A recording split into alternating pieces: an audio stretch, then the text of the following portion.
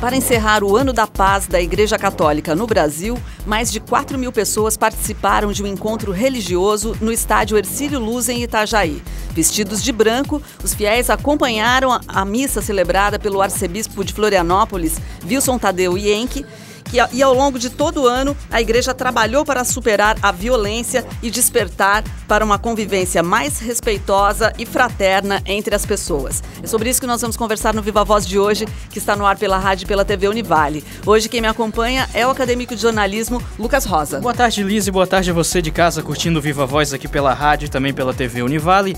Lembrando que você pode e deve participar conosco, é muito fácil, tem o nosso e-mail, vivavozunivale@hotmail.com. Tem também o Facebook, facebook.com/VivaVozUnivale, e o Twitter e o Instagram, ambos @VivaVozUnivale. Nosso convidado de hoje é o padre Valmir de Bari, mais conhecido como Padre Miro, responsável pela paróquia São João Batista, do bairro São João aqui de Itajaí. Obrigada pela presença, Padre Miro. Eu agradeço. Bom, a gente gostaria de saber um pouco mais detalhes sobre este grande evento realizado aí no último domingo aqui na cidade. Padre Miro, como é que foi? Qual foi a proposta deste evento? Esse evento foi proposto já no primeiro domingo do advento do ano passado, para que celebrássemos nesse ano de 2015 o Ano da Paz em todas as dioceses do Brasil, proposto pela CNBB. E domingo passado, no dia 4 de outubro, aconteceu o encerramento em todas as dioceses. Então, cada diocese, cada paróquia ou forania fizesse o encerramento, uma concentração, uma caminhada para simbolizar, então, esse Ano da Paz. O resultado foi o esperado? Qual foi a sua avaliação do evento? Apesar do tempo, que nós estávamos com muito medo, da participação do nosso povo de Itajaí, lá no estado do Marcílio Dias, eu acho que o resultado foi positivo. Mais de 4.500 pessoas compareceram com alegria, e a celebração ocorreu tudo bem, né? O pessoal gostou, saíram satisfeitos com esse encerramento. Muito bem. Padre, qual a importância de um evento como esse aqui em Itajaí, na região? Eu acho que todo evento que chama as paróquias a participarem, como no caso nosso aqui da Forania de Itajaí, somos em 7 paróquias, mais a capelania da Univale. Quando chama o povo para estar junto, eu acho que ele fortalece a caminhada da pastoral em conjunto. Trabalharmos juntos, na mesma direção, caminhando juntos. Eu acho que simboliza, e para nós seria muito bom viver essa vida de comunhão, né, dentro da igreja. Essa busca pela paz, é claro que o mundo inteiro luta por isso, né? Essa constante busca pela paz, né? Esse período em que a Igreja Católica dedicou a essa busca, a paz, o senhor vê de que maneira, né? Qual é a realidade que a gente conseguiu atingir nessa caminhada? Eu acho que atingiu um pouco da conscientização que precisamos da paz. Nesses últimos 30 anos, a violência aumentou 250%. Nós perdemos no Brasil, de mortes violentas, mais de 150 mil pessoas anualmente. Então, acho que esse Ano da Paz serviu para conscientizar que nosso país está no terceiro ranking, né, violento, é um dos mais violentos do mundo. Então, acho que serviu esse ano para a conscientização, que a paz é algo urgente em nossa família, em nossa igreja, em nossa sociedade. Bem, padre, que outras atitudes podem ser feitas, ainda precisam ser feitas para alcançar um pouco mais a paz em si? Eu acho que tem que ser a conscientização da valorização do ser humano. Hoje se tira a vida por qualquer motivo, o ser humano é desvalorizado, não tem a dignidade, nós não temos mais tolerância com nada, tudo é motivo para tirar a vida do outro, tudo é motivo para levar à violência. Nossa paciência, nossa tolerância está quase zerada. É importante falar sobre paz, né? Eu gostaria que o senhor comentasse um pouco mais sobre essa atividade que é proposta pela igreja, agora aqui mais especificamente Itajaí falando com o senhor, né? Mas de que maneiras a igreja tem encontrado formas de lidar com esse tipo de ideia, de conceito, né? E de transmitir realmente a paz? Eu acho a igreja ela entra nessa conscientização pela paz através de seus encontros, das suas pastorais, de valorizar a paz, de mostrar nas suas celebrações com as famílias, mostrar que a paz não vem de cima, não cai do céu, mas vem da família, vem da educação, é da família que passa pela escola, pela sociedade, pelo trabalho. É conscientização nas pastorais. É isso que a igreja mais trabalha e vem trabalhando sempre, essa questão. Muito bem, padre, acho que vamos falar então um pouco da parte da igreja. O que é preciso para uma pessoa se tornar padre? O que ela estuda e em quanto tempo é esse estudo? Bom, estudo para ser padre, após o 2º grau, temos a faculdade de filosofia e também a teologia. Então, praticamente lá dentro, de preparação, além dos cursos acadêmicos, nós temos mais formações também internas, mas é as 2 faculdades que necessita para ser padre, filosofia e teologia. Muito bem, mas na prática, como é que é lá dentro do seminário? Como é que é realizado esse estudo? Como é que é feito o acompanhamento? Quanto tempo dá também esse período de estudo? Tá, o seminário, no caso, quem tem o 2º grau completo, é 7 anos, pela faculdade de filosofia e teologia. Além dos estudos acadêmicos em casa, com os seus estudos particulares em casa, formações em casa que nós temos, também os trabalhos, serviços, tudo faz parte dessa caminhada para ser padre, né? Não é apenas o estudo acadêmico, mas a formação também psicológica, religiosa, que se dá dentro do seminário. Certo. Bacana a gente falar sobre isso, a gente está numa rádio universitária, então é muito interessante para a gente compreender as várias possibilidades de profissionais mesmo, né, de engajamento dos jovens na sociedade. Então, já que o senhor é responsável pela paróquia de São João Batista, gostaria que o senhor conversasse um pouco, contasse para a gente um pouco do cotidiano de trabalhos ali, quais são as principais atividades, o que acontece lá, Padre Miro? A gente, como padre, é muito solicitado hoje em dia, além das questões espirituais, também sociais, que temos, ali na paróquia São João, nós temos comunidades carentes, onde exige de nós uma atenção toda especial, desde alimentação, saúde, também algum outro lado de violência, que a gente está sempre atento. E a espiritualidade que o padre é exigido hoje é muito procurado por pessoas, casais, jovens, para orientações espirituais. Eu sinto que as pessoas precisam muito conversar. Então, eu encontro no padre, com a graça de Deus, eu encontro no padre essa pessoa que ainda escuta, dá conselho, chora junto, está junto, é isso que o povo está precisando. Bom. Padre, vou aproveitar então, hoje em dia quais são as principais angústias das pessoas quando te procuram, já aproveitando que você puxou esse gancho, o que é que as pessoas mais hoje em dia têm como aflição, o que mais elas buscam de conselhos nesse momento? Eu acho que tem 2 tipos de pessoas. Às vezes é a convivência dentro do casamento, essa dificuldade de estar junto, embora o amor exista, mas a dificuldade de caminhar junto, aquilo que eu falei no começo, nós não temos mais tolerância para estar junto, é fácil amar, é fácil gostar, mas a tolerância de estar com o outro é difícil. Então, muito aconselhamento sobre o casamento, estar junto, e também essas novos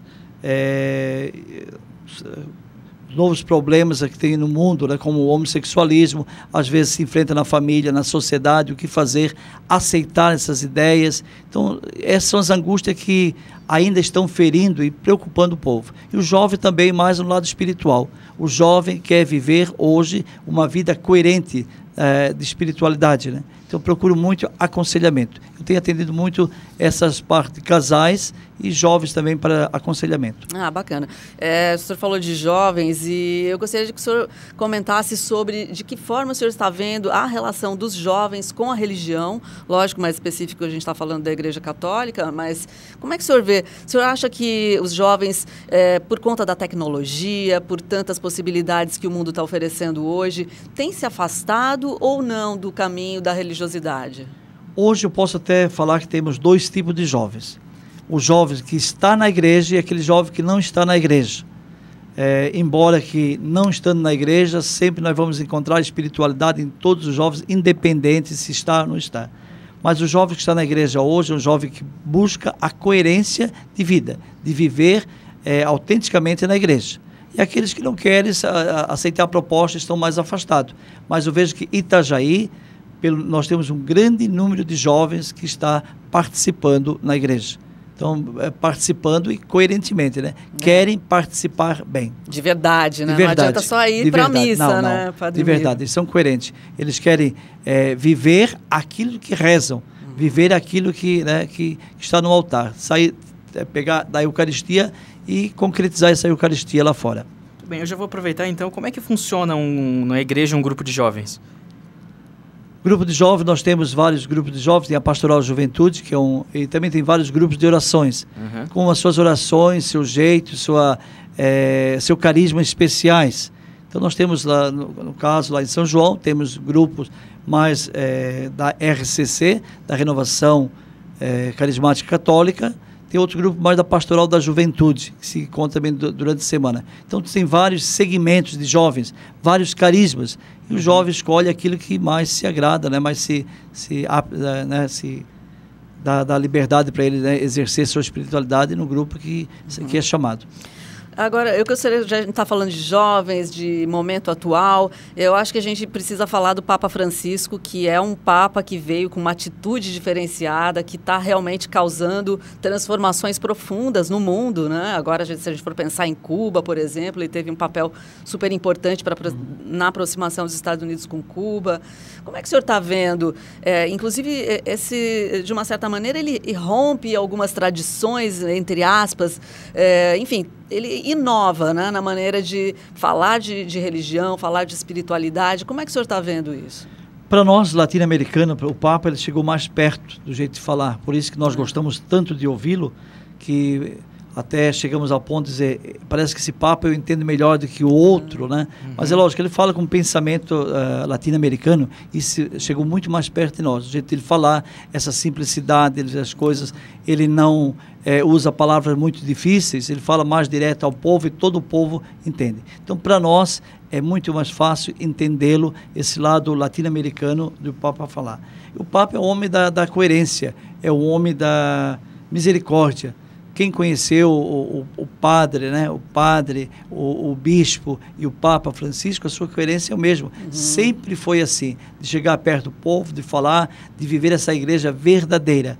Eu acho que o Papa está para nós, tanto padre, bispo, leigos, né? O povo da igreja, está dando uma puxada, uma sacudida, né? Olha, acorde, porque a igreja é misericórdia, a igreja é encontro, a igreja é busca, a igreja é acolhida. Isso é que faltou um pouquinho, talvez, de nós ter pensado no passado. É verdade. O senhor, inclusive, falou que alguns jovens o procuram para discutir questões íntimas, como a questão da homossexualidade. Sim. E ele foi um Papa que falou disso, né? Tocou nesse assunto e de uma forma muito clara e acolheu essas pessoas, né? Isso modificou a maneira que as pessoas têm visto a igreja? O senhor sente isso na sua igreja, ao nosso redor? Às vezes, muitos da igreja têm medo até de discutir um pouquinho desse assunto, olhar como pecado e param no pecado.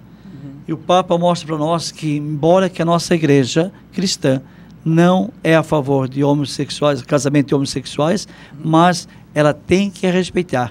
Entre o aceitar e o respeitar existe uma grande diferença. Se eu sou cristão, eu não posso aceitar o casamento, porque eu sou cristão e meu fundamento é bíblico. Mas se eu sou cristão, eu tenho que aceitar o respeito e acolher. Então o Papa mostra para nós que devemos respeitar a opção de cada um, respeitar e acolher, independente do que são, independente do seu pensamento diferente, independente daquilo, de sua opção. Acolhida é o tudo. Bacana. A gente vai para o intervalinho, Lucas, daqui a pouco você faz a sua. Tá, vou guardar aqui então. Daqui a pouco a gente volta a conversar com o Padre Miro, que é o responsável pela paróquia São João Batista aqui de Itajaí, já. Muito bem, já estamos de volta. Hoje estamos falando sobre a Igreja Católica, toda a parte que envolve, desde a Igreja hoje, também falando da cultura, como é que é para preparo para ser padre, etc. Nosso convidado é o Padre Miro, aqui da igreja aqui de Itajaí. E muito bem, Padre, para continuar, a gente estava falando até que hoje, terminou agora o Ano da Paz, mas cada ano é escolhido, né, uma temática para a Igreja ser abordada. Como é que é feito isso e qual é o próximo ano da Igreja? Tá. O Ano da Paz, Somos da Paz, foi mais no Brasil, pela CNBB. O próximo ano, que terá início agora, no dia 8 de dezembro, chama o Ano da Misericórdia, Jubileu da Misericórdia. A diferença entre o Ano da Paz e o Jubileu, porque o Ano da Paz era mais aqui em nível nacional, e o Jubileu da Misericórdia é para toda a igreja. Então está desde Roma para todas as igrejas. Qual vai ser o significado desse ano, Padre Miro? O Papa anunciou o Ano de Misericórdia, chamando todos os cristãos a celebrar esse ano, o Ano da Misericórdia. É uma chamada de atenção, quase que seria uma conversão pessoal, eu me converter pessoalmente, para que esse Ano da Misericórdia não fosse celebrado somente em Roma. Então ele deu a cada diocese o poder de escolher santuários, locais aonde celebrariam essa Ano da Misericórdia, abrindo a porta da misericórdia, acolhendo as pessoas. E o maior pedido desse Ano da Misericórdia é a conversão pessoal. Não existe igreja sem a conversão pessoal. E o Papa bate muito nessa tecla, fala muito disso, que é preciso se converter para que a igreja possa acontecer em nosso meio. Bem, Padre, uma curiosidade que eu tenho é a hierarquia dentro da igreja, até do Papa até mesmo aos padres de cada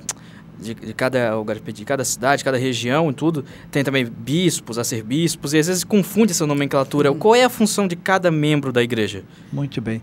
No sacerdócio são 3 degraus. O primeiro, o segundo, o terceiro, que é o diácono, primeiro, segundo, padre, e o terceiro, bispo. O resto são títulos, como monsenhor, cardeal, papa, depende da função que exerce. Não existe outros degraus de sacerdócio a não ser diácono, padre e bispo. O Papa é o bispo de Roma, por isso tem o título de Papa. Outros cardeais são apenas títulos, mas não tem mais do que esses 3 degraus. Por isso que, no caso do arcebispo que nós anunciamos, de Florianópolis, porque ele tem uma função específica ali. A arcebispo que é da arquidiocese, a diocese mais velha de Santa Catarina. Perfeito. A primeira, né? Tá certo. Padre Miro, entre outros eventos importantes da igreja, o senhor dizia no intervalo aqui para a gente que teremos também o Sínodo da Família, não é? Como é que está acontecendo agora em Roma, a segunda parte já do Sínodo da Família. São representantes de todos os países, das conferências episcopais, representantes que vão discutir sobre uma das questões mais importantes e polêmicas, da igreja, que é a família.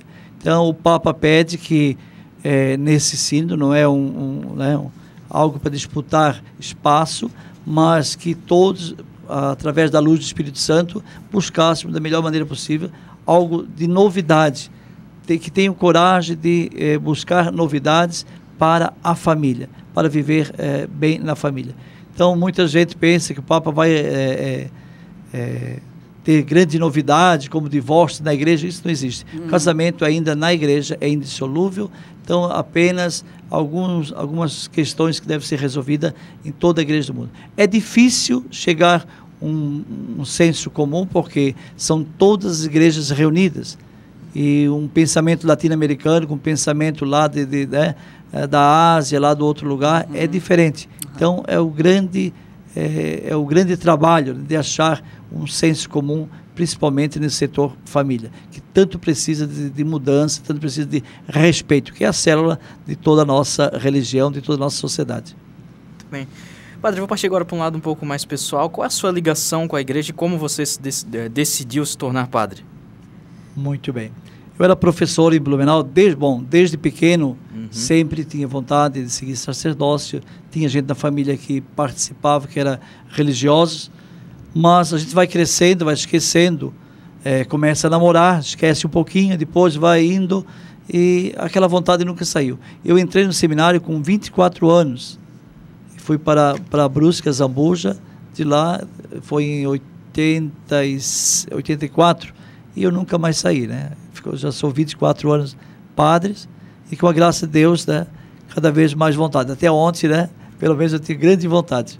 Tá certo. Agora, Padre Miro, nesse seu período, né, dentro da Igreja Católica, e a gente, lógico, conhecendo a história da Igreja Católica e tudo mais, como é que o senhor vê, quais foram as maiores transformações, como o senhor vê a evolução dessa igreja?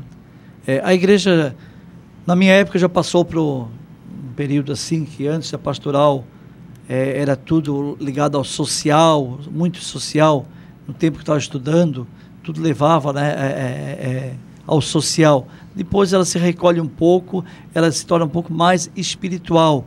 Então agora que a igreja está mudando agora para essa coerência de vida. Não está tanto lá no social, nem está no espiritual, mas como coerência de vida. Então para mim está juntando os dois juntos. Nós não podemos ser só o social, nem só o espiritual. Então ela está criando a mudança da igreja agora. Eu vejo que ela para atingir o próprio Cristo, atingir o espiritual, ela tem que estar ligada à sociedade, à necessidade do povo. O povo está de barriga cheia para poder louvar, está bem para poder encontrar Deus. Ninguém pode estar, né, ninguém encontra Deus se não estar bem. Então, acho que isso aí, eu sinto que a igreja está levando isso. Não só a alma, né, mas o corpo. O corpo e a alma tem que caminhar sempre junto. Perfeito. Bem, agora, já que a gente mencionou o Papa, outra coisa que você puder explicar um pouquinho para a gente, que eu também tenho muita curiosidade, acho que quem está ouvindo também, como é que é esse ritual da escolha de um novo Papa? Sim, quando são convocados para o conclave, os cardeais, menos de 80 anos, que devem de todos os países, né, que têm direito ao voto, e lá, então, ele escolhe alguém entre eles mesmos, né? Lógico, 1, 2, 3 votações até passar, né, de uma boa porcentagem de votos. Então, é escolhido entre os cardeais já nomeados de todos os países. É lógico, ali sempre tem entre os padres, aquele que tem, entre os cardeais, aquele que tem mais condições, né? Nós tivemos agora o Papa Francisco da Argentina, que foi uma grande surpresa, porque foi o primeiro Papa americano que foi escolhido, né? E ninguém esperávamos. E o outro que era antes, o Bento XVI, é uma das pessoas vivas ainda, uma das maiores inteligências da igreja viva que nós temos. O Papa Bento é o grande homem de inteligência, da inteligência, né? E o Papa é mais esse Papa, né, do amor, da misericórdia, do encontro. Então, cada qual que for escolhido até agora tem a sua qualidade. Perfeito. Bom, a gente, ainda falando um pouquinho mais do Papa Francisco, ele tem várias ações e falas que impactam mundialmente, né, a sociedade mundial. Então, eu queria lembrar, por exemplo, recentemente ele fez um pedido público, né, para que cada paróquia na Europa acolhesse uma família desses refugiados sírios que estão aí tentando um local para se estabelecer, né? E, de uma certa maneira, eu imagino que isso deve ter impactado bastante, né? Tanto o social quanto o lado emocional das pessoas que estão vivendo, né? Até que ponto esse tipo de apelo acaba realmente modificando? Quem conhece a Europa sabe que tem muitas condições as paróquias, né, de acolher. Mais uma vez mostra que o Papa ele não consegue encontrar Deus, não consegue estar junto com Cristo sem passar pelo social. Não posso sair da igreja ou entrar na igreja, louvar a Deus, dizer que está tudo bem, se meu irmão, se a minha família está jogada lá, está com fome, está sem casa, sem lar. É preciso que o irmão esteja bem para que ele possa, né, encontrar Deus. Eu acho que isso, vindo de um Papa, que outras vezes estava um pouco meio alheio à situação, essa fala talvez fosse de um padre, de um bispo mais local, não de um Papa, e essa fala então veio de um Papa, e isso às vezes assusta um pouco. O Papa pediu, né? Mas mostra para nós, quer dizer, que o Papa ele só consegue sentir Deus, estar na presença de Deus se fizer alguma coisa ao irmão. Mostra para ele que, independente da sua função, do seu cargo, ele nunca vai deixar de ser um cristão. Eu já vou aproveitar então, padre, como é que o Papa Francisco está sendo visto dentro da igreja? Tem muita gente ainda conservadora na igreja que talvez não goste dos pontos de vista dele, ou no geral a galera está apoiando. Como que dentro da igreja mesmo ele foi recebido com as suas novas atitudes? Eu acho que sempre qualquer setor, mesmo igreja, ou setor lá civil, sempre vai ter um momento de pessoas que gostam e não gostam, né? Acredito que dentro da igreja também tem pessoas que têm um pé atrás com o Papa, né? Por causa desse jeito de ser dele, desse se desprender de tantas coisas que desprendeu desde a sua posse, roupagem, né?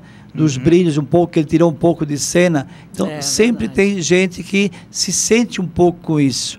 Mas, na maioria, a gente sente que ele é uma pessoa amada por todos. Mas que provavelmente tem. Não só dentro do Vaticano, mas dentro das nossas paróquias, da sociedade, sempre tem pessoas com o pé atrás com o Papa, não concordando com aquilo que ele faz. Como é que o senhor está vendo? Qual é a sua opinião a respeito dessa nova postura, enfim? Eu acho que eu gosto dele, gosto de ouvi-lo, gosto das mensagens dele. Como eu já falei no início, são mensagens que a gente entende muito melhor, porque fala do jeito nosso, do nosso pensamento, da nossa filosofia. Então você entende muito mais isso. Então você, ao ouvi-lo e estar com ele, a gente sente muito mais igreja, né? Muito mais igreja. Então eu acho que eu apoio, né, o que ele está fazendo e graças a Deus tem que rezar que ele continue com força para continuar assim.